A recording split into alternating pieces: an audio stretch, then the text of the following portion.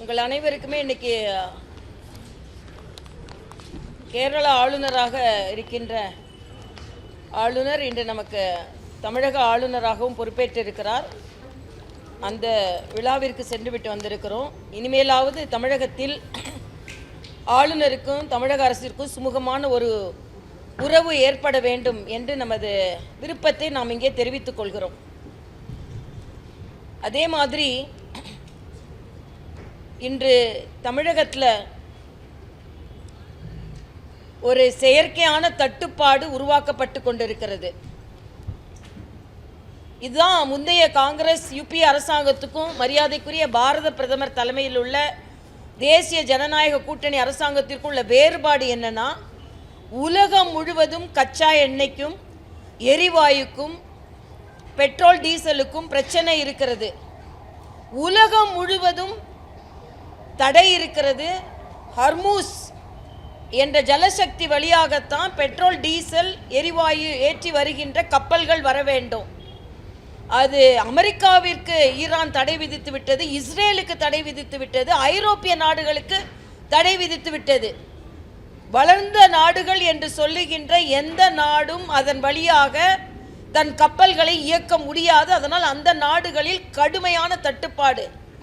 ஆனால் நமது வெளியுறவு கொள்கை எந்த அளவிற்கு மரியாதைக்குரிய பாரத பிரதமர் நட்புணர்வோடு கொடுத்து கொண்டிருக்கிறார் என்றால், மரியாதைக்குரிய வெளியுறவுத்துறை அமைச்சர் ஜெய்சங்கர் அவர்கள் 3 முறை ஈரான் வெளியுறவுத்துறை அமைச்சரோடு தொடர்பு கொண்டு பேசியதால் இந்திய கப்பல்களுக்கு மட்டும் அங்கே அனுமதி கொடுக்கப்பட்டிருக்கிறது.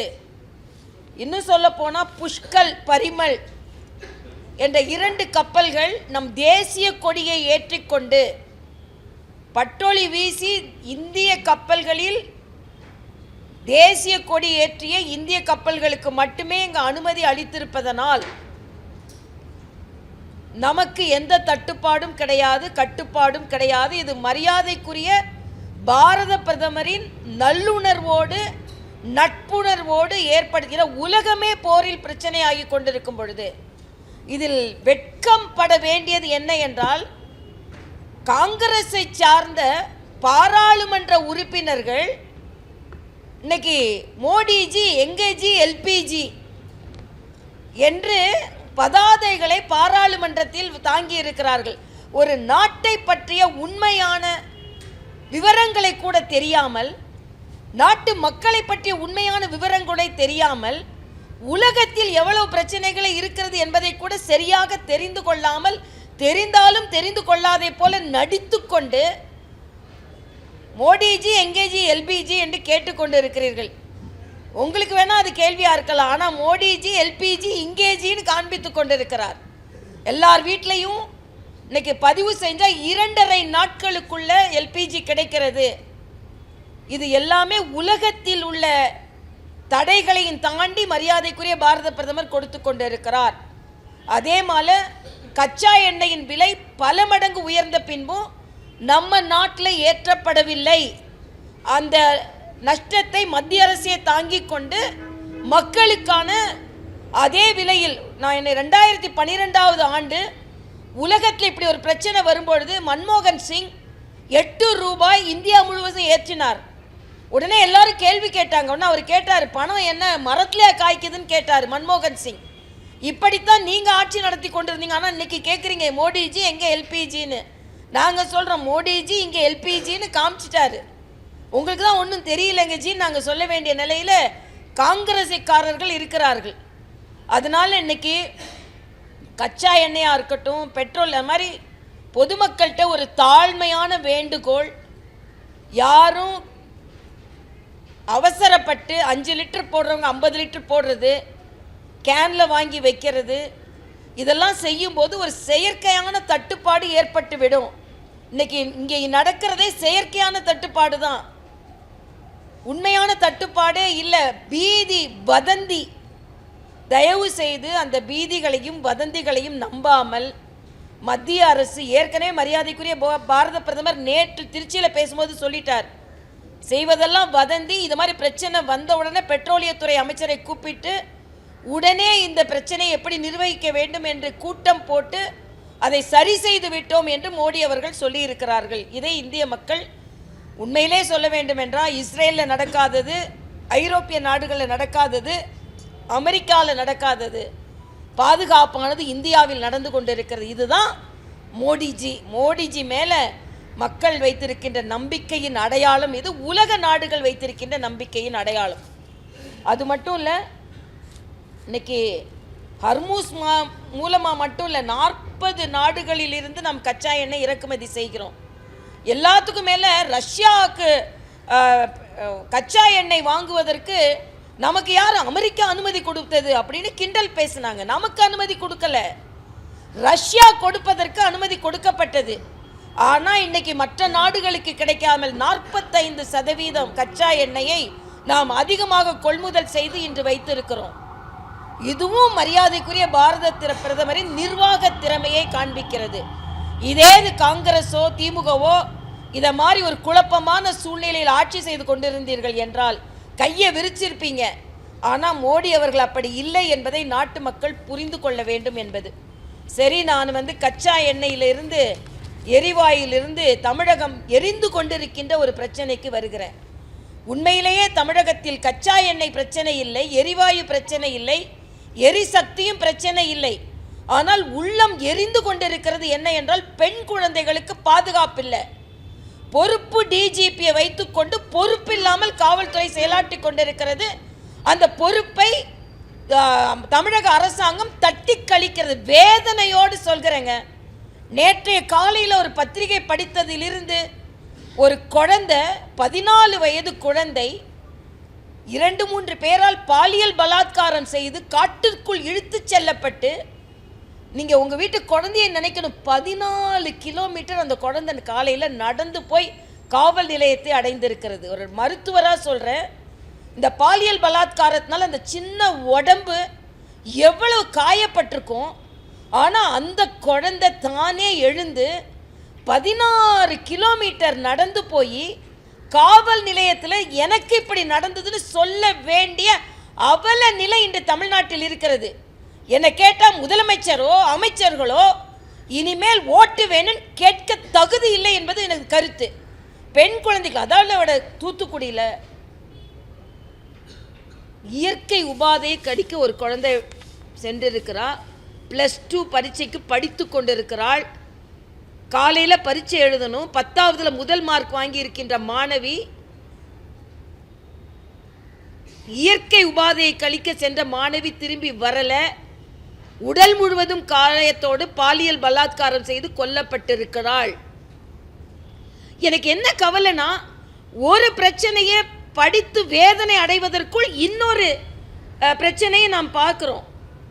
இன்னைக்கு அந்த மதுராந்தகத்தில் நடந்ததை பற்றி வேதனை அடைந்து கொண்டிருக்கின்ற நேரத்திலேயே ஒட்டப்பிடாரத்தில் தூத்துக்குடியில் ஒரு குழந்தை, எல்லாம் 17-14 வயது குழந்தைகள், 2.5 வயது குழந்தையை திராவிட முன்னேற்ற கழகத்தை சார்ந்தவன் ஒருவன் கசக்கி போட்டு இருக்கிறான்.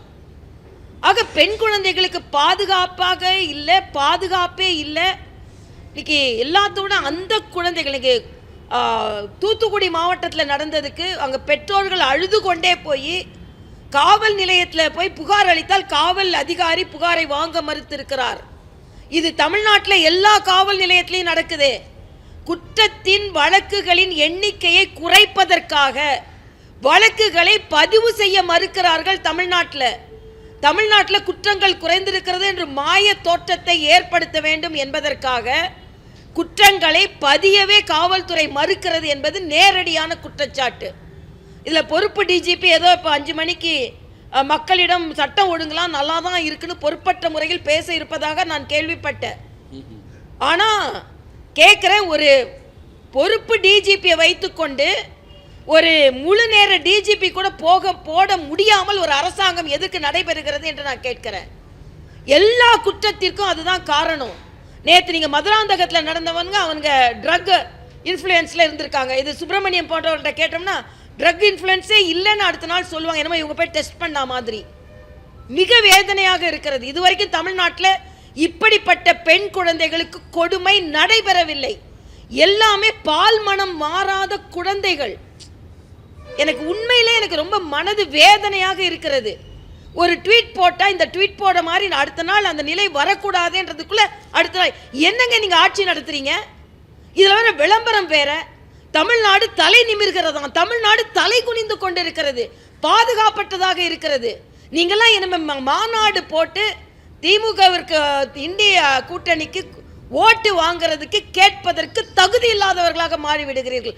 ஒரு மாநிலத்தில் பெண் குழந்தைகள் பாதுகாப்பாக ஒரு இரவு நேரம் போய் படிக்க முடியல, தனது இயற்கை உபாதையை கழிக்க முடியல, போனால் எடுத்துட்டு போயிடுறானுங்க. என்னங்க நடக்குதுங்க இதில்? அதோட இதில் அங்கே உள்ள முதலமைச்சர் இதுக்கு என்ன பதில் சொல்கிறாங்க? எல்லாத்துக்கும் மேலே பள்ளி குழந்தைகள் பாதுகாப்பில் 44 குழந்தைகள் கோயம்புத்தூரில் மதிய உணவு சாப்பிட்ட குழந்தைகள் பரிதவித்து கொண்டிருக்கிறார்கள். சுருண்டு சுருண்டு சுருண்டு. எனக்கு தெரியுங்க, ஃபுட் பாய்சன் அந்த குழந்தைங்க வயிற்று வலி எப்படி வரும்னு எனக்கு தெரியும். பரிதவித்து கொண்டிருக்கிறார். நான் கேட்குறேன், அன்பில் பொய்யாமொழி அவர்கள், கரூருக்கு உடனே போய் அழுதீங்களே, அங்கே குழந்தைங்களை போய் பார்க்க போனீங்களா? முதலமைச்சர் என்ன செய்து கொண்டிருக்கிறார்? ஏதாவது கேட்ட உடனே மணிப்பூரை பாருங்க, மகாராஷ்டிராவை பாருங்க, உங்க ஊரை பாருங்க. அதே மாதிரி இன்னொரு இடத்துல நாய் கடிச்சிருக்கு குழந்தைங்கள. பள்ளியில் உள்ள குழந்தைங்க +2 எழுத வந்த குழந்தைங்களுக்கு நாய் கடிச்சிருக்குதுங்க. குழந்தைங்களை கூட்ட ஆஸ்பத்திரிக்கு போயிருக்காங்க. என்ன நடக்குது தமிழ்நாட்டில்? பள்ளி போகிற குழந்தைங்களுக்கும் பாதுகாப்பு இல்லை, ரோட்டில் போகிற குழந்தைங்களுக்கும் பாதுகாப்பு இல்லை. எல்லாம் இங்கே குடி போதை இதுதான் நடந்து கொண்டு இருக்கிறது. இதில் வேற போதையின் பாதையில் நடைபோடாதீர்கள்னு விளம்பரம் வேற. அதனால் மிக வேதனையாக நாங்கள் இதை பதிவு செய்கிறோம். எல்லாத்துக்கும் மேலே மரியாதைக்குரிய பாரத பிரதமர் நேற்று எல்லா அமைச்சர்கள் மீது ஊழல் குற்றச்சாட்டு இருக்குன்னு சொன்னார். உடனே காலையில் அமைச்சர் ரகுபதி சொல்கிறாரு, இல்லை அதெல்லாம் இல்லை, நீங்கள் அப்படின்னா நடவடிக்கை எடுத்திருக்க வேண்டியது தானே. அதை தான் சொல்கிறாங்களே கோர்ட்டு, நேரு மேலே எஃப்ஐஆர் பதிவு செய்கிறது உயர் நீதிமன்றம் தானே சொல்லியிருக்கு. அப்போ நீங்களாம் என்ன அமைச்சர்கள் நான் கேட்குறேன். மரியாதைக்குரிய பாரத பிரதமர் நேற்று சொன்னதை போல, நேற்று நீங்கள் பார்த்தீங்கன்னா 6 வழித்தடங்கள் தமிழ்நாட்டில், திருநெல்வேலியும் பெங்களூரையும் இணைக்கின்ற வழித்தடம். எல்லாத்துக்கும் மேலே கங்கை கொண்ட சோழபுரத்தில் ஒரு அவுட்டர் ரிங் ரோடு ஒன்று போட்டிருக்காங்க. இதன் மூலம் வெளிநாட்டு பயணிகள், சுற்றுலா பயணிகள் அதிகமாக வருவதற்கு வாய்ப்பு இருக்கிறது. தூத்துக்குடியே அது மாதிரி தான் இதற்கு முன்னால் மேம்படுத்தினார்கள். மதுரை விமான நிலையம் உலகத்தரம் வாய்ந்த விமான நிலையமாக மாற்றப்பட்டிருக்கிறது. இதன் மூலம் தென் பகுதிகள் முழுமையாக வளர்ச்சி அடையும். நீங்கள் பார்த்தீங்கன்னா திருநெல்வேலியில் மட்டும் இதுவரைக்கும் 30,000 பேர் தான் இறங்கி ஏறுகின்ற வசதி இருக்கின்ற இடத்துல 10 லட்சம் பேர் ஏறலாம் இறங்கலாம். ஆக இதெல்லாம் இன்ஃப்ராஸ்ட்ரக்சரில் வருமா இல்லையா? முதலமைச்சர் மத்திய அரசின் துணை இல்லாமல் தமிழகம் முதன்மைக்கு வந்திருக்குன்னு எப்படி வரும்? 14 லட்சம் கோடிக்கு மத்திய அரசு இன்ஃப்ராஸ்ட்ரக்சரை உருவாக்கி கொடுத்துருக்கிறது. எல்லாத்துக்கும் மேலே ராகுல் காந்தி நேற்று ஓம் பிர்லா மேலே நம்பிக்கையில்லா தீர்மானம் கொண்டு வந்துட்டு பேசுகிறதுக்கே ஆளை காணும். மரியாதைக்குரிய அமித்ஷா அவர்கள் சொல்கிறாரு, நம்பிக்கையில்லா தீர்மானம் கொடுப்பாரு, பேசுறதுக்குள்ளே வெளியே ஓடி போயிடுவார் அப்படின்னு சொல்லிட்டு. ஓம் பிர்லா அவர்கள் பாஜகவிற்கு கொடுத்ததை விட காங்கிரஸிற்கு 6 மடங்கு அதிக நேரம் கொடுத்திருக்கிறார்கள். ஆக இந்த நாட்டு மக்களிடம் பொய்யே சொல்லிக் கொண்டிருந்தாலும் அதை மக்கள் நம்ப மாட்டார்கள். இன்று தமிழகம் மிக மிக பரிதவிக்கின்ற நிலையில் பெண்கள் பாதுகாப்பில் இருக்கிறது. அதனால தான் பாரதிய ஜனதா கட்சியின் சார்பில் 15ஆம் தேதி பெண் குழந்தைகளுக்கு பாதுகாப்பு கொடுக்க முடியாத திமுக மாடல் அரசை கண்டித்து நாங்கள் ஆர்ப்பாட்டம் செய்ய இருக்கிறோம்.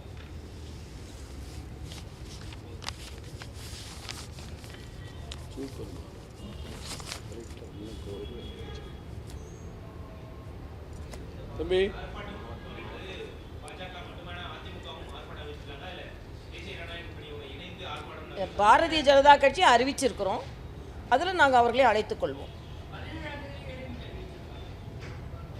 நாங்கள் 15 அதாவது இப்போ இதில் பிரச்சனை கூட்டணி பிரச்சனை இல்லை தம்பி, பெண்களோட பாதுகாப்பு தான் பிரச்சனை. யாருக்கு என்னென்ன நேரம் தோணுதோ அதை நாங்கள் இன்னைக்கே அறிவிச்சிருக்கணும். இன்னைக்கு ஏற்கனவே பெட்ரோல் டீசல் விலையில் மக்கள் கொஞ்சம் சுணக்கமாக இருக்கிறதுனால, இல்லைன்னா உண்மையிலேயே வாழ்க்கையே தமிழ்நாட்டில் போராட்டமாகி கொண்டு இருக்கிறது.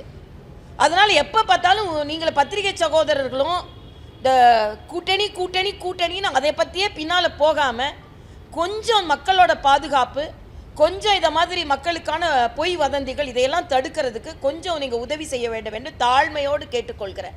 கூட்டணி கிடக்கட்டும். ஆனால் இது திமுக மாதிரி இருக்கு. இன்னைக்கு திமுகவுக்கு வேற எதை பற்றியும் கவலை இல்லை. யாரானும் நிழலுக்கு அறிவாலயம் பக்கத்தில் ஒதுங்குனா உடனே கூட்டி போய் அவங்க தீர்மானம் கூட்டணி கையெழுத்து போடுறதுல தான் இருக்காங்க. அது ஒன்று தான் இவங்க குறிக்கோள். ஒரு வருடமாக தமிழக மக்கள் மீது அக்கறை இல்லை, தமிழக மக்கள் பாதுகாப்பு மீது அக்கறை இல்லை, பெண்கள் பாதுகாப்பு மீது அக்கறை இல்லை. எத்தனை பேரை கூட்டி கொண்டு வந்து நாங்கள் தேர்தலை சந்திப்போம், தேர்தல் தேர்தல் தேர்தல். அது உங்களுக்கு இப்போ கிடைக்க போகிறது இல்லை. நிச்சயமாக திமுக தோக்கு தான் போகுது, இண்டி கூட்டணி தோற்கத்தான் போகுது. ஏன்னா பெண்களுக்கு பாதுகாப்பு எந்த மாநிலத்தில் இல்லையோ அந்த மாநிலத்தில் அந்த ஆட்சி நிச்சயமாக வீட்டுக்கு தான் போக வேண்டும். அதனால தேர்தல் வருகிறது ஓகே, கூட்டணி வருகிறது ஓகே, எல்லாமே கூட்டணியை நோக்கி இல்லாமல் மக்களை பற்றி சிந்திக்க வேண்டும் என்பது எனது கருத்து.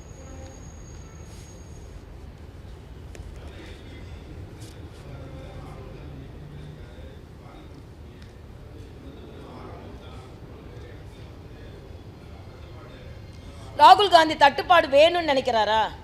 ராகுல் காந்தி மாதிரி ஒரு மோசமான மனநிலையில் உள்ள ஒரு தலைவரை நீங்கள் பார்க்க முடியாதுங்க.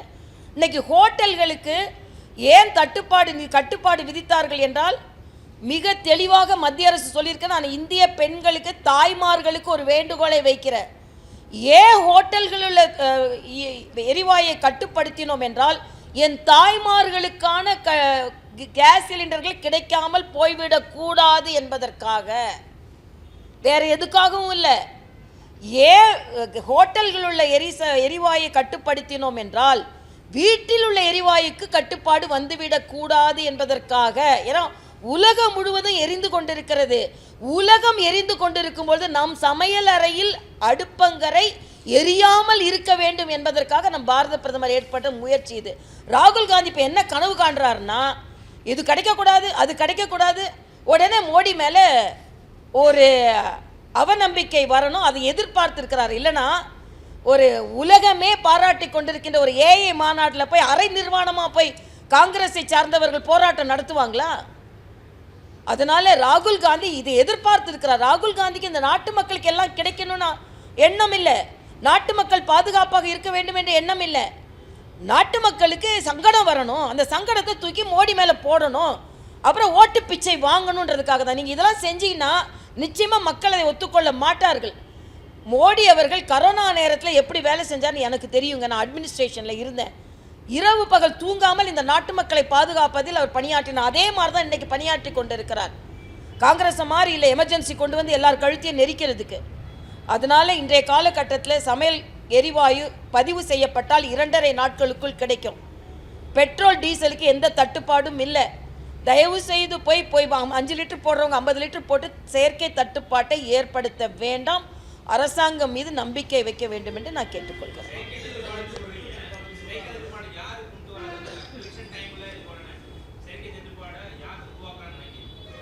இல்லைப்பா, பயத்தில் போய் அதிகமாக போட்டக்கூடாது. இல்லை கொடுத்துருக்காங்களே மத்திய அரசு. நேற்றே மத்திய அரசிடமிருந்து ஒரு செய்தி குறிப்பு வந்திருக்கிறது. பெட்ரோல் துறை அமைச்சரோடு நாங்கள் பேசி கொண்டு இருக்கிறோம், யாருக்கும் எந்த தட்டுப்பாடும் இல்லை என்று.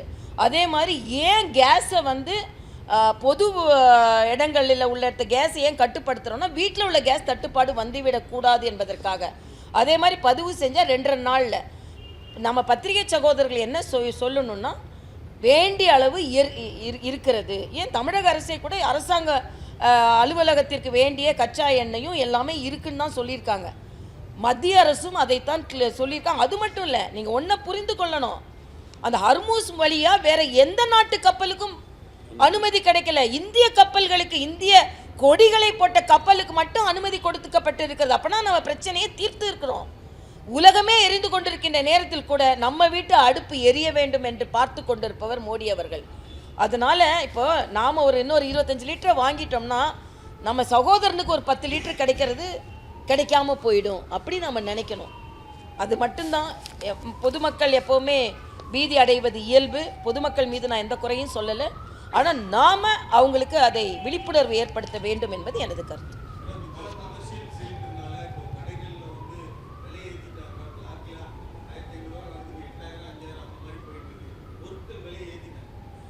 இல்லை, அது பொருட்கள் விலை ஏற்ற அது அவங்கவுங்க வியாபாரத்துக்கு செய்வது. அரசாங்கம் முதல்ல நம்ம ஒன்றை புரிந்து கொள்ள வேண்டுங்க, இது உள்நாட்டு பிரச்சனை அல்ல, உலக பிரச்சனை. யார் ஆட்சியில் இருந்தாலும் இந்த அளவுக்கு கூட இதை நிர்வகிக்க முடியாது. நாட்டு மக்கள் மீது அக்கறை உள்ள ஒரு பிரதமராக இருப்பதனால் நான் தான் சொல்றேனே, 3 முறை ஜெய்சங்கரும் ஈரானின் வெளியுறவுத்துறை அமைச்சரும் பேசி இந்த முடிவை எடுத்திருக்கிறார்கள். வேற எந்த நாட்டு கப்பலுக்கும் கிடைக்காத அனுமதி நமக்கு. அப்போ அரசாங்கம் செய்யறதெல்லாம் செய்து வியாபாரத்திற்கு சில செய்வதை நாம் கட்டுப்படுத்த வேண்டும். அரசாங்கம் மக்கள், அதான் சொல்றேன், உலகம் முழுவதும் பெட்ரோல் டீசல் விலை ஏறிடுச்சு. உலகம் முழுவதும் இந்தியாவில் ஏற்றப்படலை. ஏன்னா அந்த வலுவை மக்கள் மீது செலுத்தக்கூடாதுன்னு. அதனால தான் ஒரு எக்ஸாம்பிள் சொன்னேன். 2012 இதை மாதிரி ஒரு பிரச்சனை வரும்பொழுது மன்மோகன் சிங் ஓப்பனாகவே சொன்னார், 8 ரூபாய் இந்தியா முழுவதும் ஏற்றப்பட்டு இருக்கிறதுன்னு. அதுக்கு பதில் கேட்கும் போது தான் கேட்டார், என்ன 8 ரூபாய் ஏற்றிட்டீங்களேன்னா என்ன பணம் மரத்துலையா காய்க்குது, எங்களுக்கு மட்டும் எங்கேருந்து பணம் வருதுன்னு கேட்டார். அப்படிப்பட்ட ஆட்சி தான் நீங்கள் நடத்தி கொண்டிருந்தீர்கள் என்பதை நான் இங்கே தோணும்.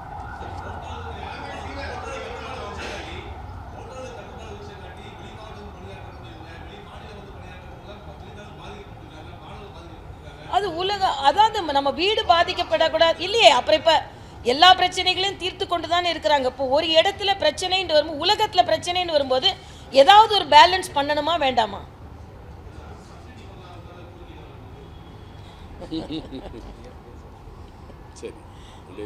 ஒரே ஒரு கேள்வி கேட்கிறேன், ஸ்டாலின் அவர்கள் 100 ரூபாய் எங்கப்பா கேட்கறவங்க வாய் போச்சு எல்லாருக்கும். 100 ரூபாய் கொடுக்குறேன்னாருல கேஸுக்கு மானியம், எங்க கொடுத்தாரு? அப்போ நீங்கள் கொடுக்க சொன்ன 100 ரூபாய் நீங்கள் கொடுக்க மாட்டீங்க. உலகமே எரிஞ்சிட்டு இருக்கும்போது கேஸை கொண்டு நம்மகிட்ட கொண்டு கொடுக்குற போது நீங்கள் வியாகியானம் பேசுவீங்களா? 100 ரூபாய் எங்கேன்னு கேளுங்க. நான் இப்போ கேட்குறேன், ஸ்டாலின் அவர்களே, கேஸுக்கு கொடுக்க வேண்டிய மானியம் 100 ரூபாய் எங்க அந்த 100 ரூபா? பதில் சொல்ல முடியாது. ஏன்னா 200 ரூபா கொடுத்து எழுத வைப்பாங்க.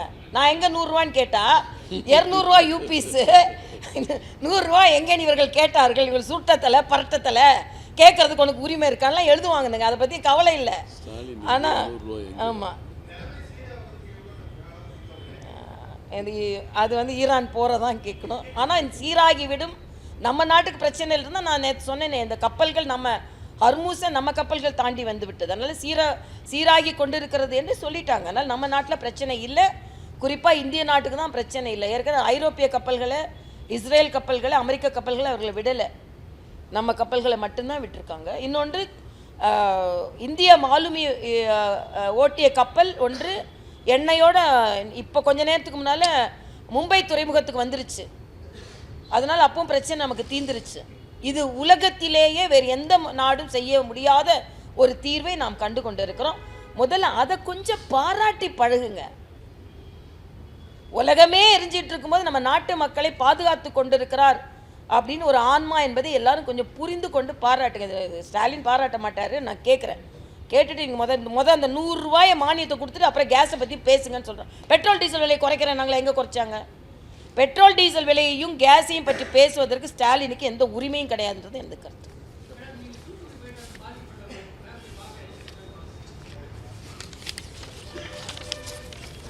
நான் மனது வேதனையாக இருக்குது. நான் தூத்துக்குடி போவே எல்லா வீட்டுக்கும் நான் போக தான் செய்ய, எல்லா வீடும் தான் தமிழ்நாட்டில் தான் சொன்னேன். ட்விட்டர் போட்டு முடிக்கிறதுக்குள்ள இன்னொரு ட்விட்டர் பிரச்சனை வந்துடுது, ஒரு அறிக்கை கொடுக்கல இன்னொரு அறிக்கை விட்டுருந்துருது.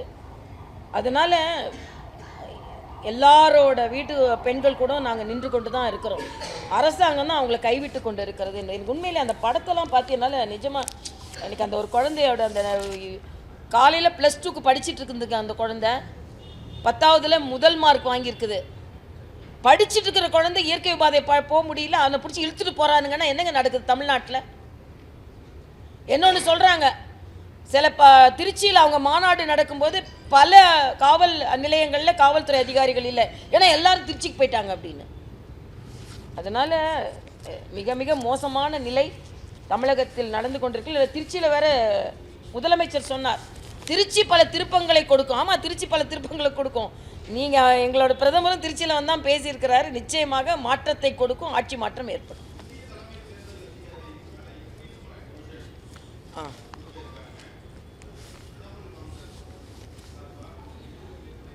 அதாவது பார்லிமெண்ட்டில் இன்னைக்கு அமித்ஷா கூட சொல்லியிருக்காரு, பார்லிமெண்ட்டோட நேரம் முழுவதுமாக வீணடிக்கப்படுகிறது. ஓம் பிர்லா மேலே இம்பீச்மெண்ட் மோஷன், சுவாமிநாதன் அவர் மேலே இம்பீச்மெண்ட் மோஷன், இன்னைக்கு தேர்தல் அதிகாரி மேலே இம்பீச்மெண்ட் மோஷன். என்னங்க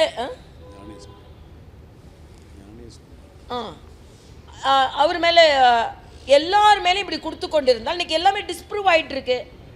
ராகுல் காந்தி என்ன சொன்னார்? ஓட்டு திருட்டுன்னு சொன்னார். அப்புறம் இன்றைக்கி தேர்தல் அதிகாரி மேலே கொடுத்தா நீங்கள் பீகாரில் 84 லட்சம் நீக்கிட்டாங்க அப்படின்னு சொன்னீங்க. ஒருத்தர் கூட கம்ப்ளைண்ட் பண்ணல. இங்கே தமிழ்நாட்டில் மட்டும் என்னங்க நடந்தது? எஸ்ஐஆர் போட்ட உடனே முதலமைச்சர் சொன்னார் சிறுபான்மை ஓட்டெல்லாம் எடுத்துடுவாங்க, பண்டிகை நடக்குது, இப்போ என்ன பண்ணுவீங்க? இன்னைக்கு யாருமே எல்லாரும் இன்னைக்கு தேர்தல் அதிகாரி என்ன சொல்லியிருக்கிறாரு? தகுதி வாய்ந்த யாரோட ஓட்டும் நீக்கப்பட்டிருக்க முடியாது என்று சொல்லியிருக்கிறார். பப்ளிக் டொமைனில் இருக்குல்ல.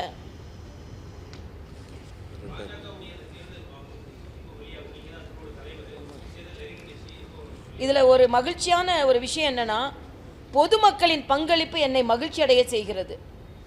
13,800 பேர் மிஸ்ட் கால் மூலமாக எங்களை பதிவு செய்திருக்கிறாங்க. இன்னொன்று, ஒவ்வொரு 38 மாவட்டங்களிலும் ஒவ்வொரு பெட்டிலையும் 500லிருந்து 1000 சஜஷன்ஸ் வந்திருக்குதுங்க. மிக மகிழ்ச்சியாக இருக்கிறது. ஏன்னா பொதுமக்கள் அந்த அளவிற்கு வந்து எழுதி போடுவாங்க நாங்கள் கூட நினைக்கவே இல்லை. அதனால் அது எல்லாமே நாங்கள் பிரித்து அவங்க போட்டாங்க. அது கவனிக்கலை இல்லைங்க. உண்மையிலே இந்த எங்கள் தேர்தல் குழுவை நான் பாராட்டுறேன். உட்கார்ந்து பிரித்து பார்த்து அதை எழுதி கொண்டு இருக்கிறார்கள். அதனால் நிச்சயமாக ஒரு வாரத்துக்குள்ளே எங்களோட தேர்தல் அறிக்கை தயாராகிவிடும்.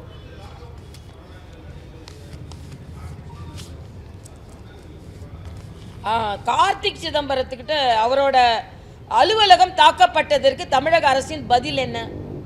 அதாவது ஒரு பாராளுமன்ற உறுப்பினர் டெல்லியில் வாக்கிங் போகும்போது அவங்க செயின் காணாமல் போயிடுச்சு. உடனே டெல்லியே சரியில்லை அப்படின்னு சொல்லிகிட்டு இருந்தாங்க. ஆனால் இன்னைக்கு அவங்களோட கூட பணி செய்து கொண்டிருக்கின்ற ஒரு பாராளுமன்ற உறுப்பினரோட இடம் தாக்கப்பட்டிருக்கிறது. கார்த்திக் சிதம்பரம் அப்போ ஒரு பாராளுமன்ற உறுப்பினரின் அலுவலகத்திற்கே பாதுகாப்பு இல்லாத சட்டம் ஒழுங்கு நிலை.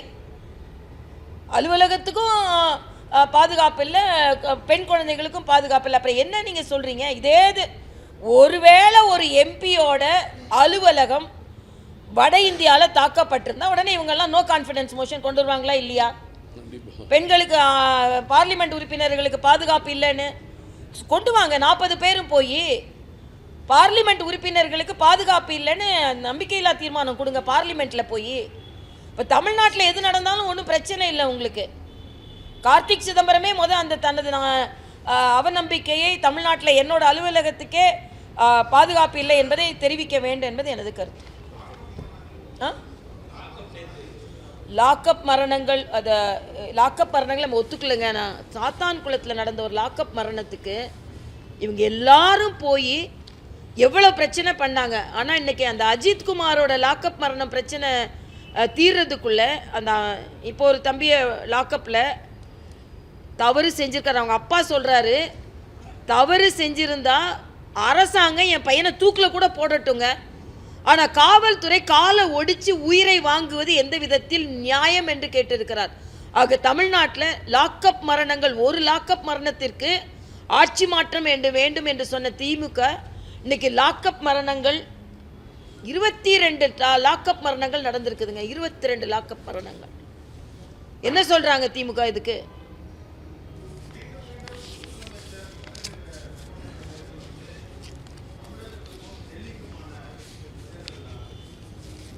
இதில் முதலமைச்சர்கிட்ட நான் ஒன்று சொல்கிறேன். திமுகவிற்கும் தமிழக மக்களுக்குமான தேர்தல் இது, போட்டி இது. தமிழக மக்கள் திமுகவை தோற்கடிக்க வேண்டும். டெல்லியெலாம் கிடையாதுங்க. இங்கே தமிழக பெண்களுக்கும் திமுகவுக்கும் நடக்கின்ற இது போருங்க. தமிழக பெண்கள் திமுகவை தோற்கடிப்பாங்கங்க. பாதுகாப்பு கொடுப்ப நீங்கள் 5000 கொடுக்குறேன்னு சொல்லிட்டு அவங்கள பாதுகாப்பாற்ற தன்மை 2-3 நாட்களில் நடந்த இந்த பெண் குழந்தைகளுக்கான கொடூரம் தமிழக மக்களுக்கும் திமுகவுக்கும் நடக்கின்ற போருங்க இது. தமிழக மக்களுக்கும் திமுகவுக்கும் நடக்கின்ற தேர்தல் இது. தமிழக மக்கள் திமுகவை தோற்கடிப்பார்கள். இதில் வேற டெல்லி, மும்பை, மகாராஷ்டிரா, மணிப்பூர்னு போயிடுவாங்க. இப்போ நான் சொல்கிறேன், பெண் குழந்தைகளின் இந்த பரிதவிப்பு நிச்சயமாக இந்த அரசாங்கத்தை இருக்க விடாது என்பது எனது கருத்து.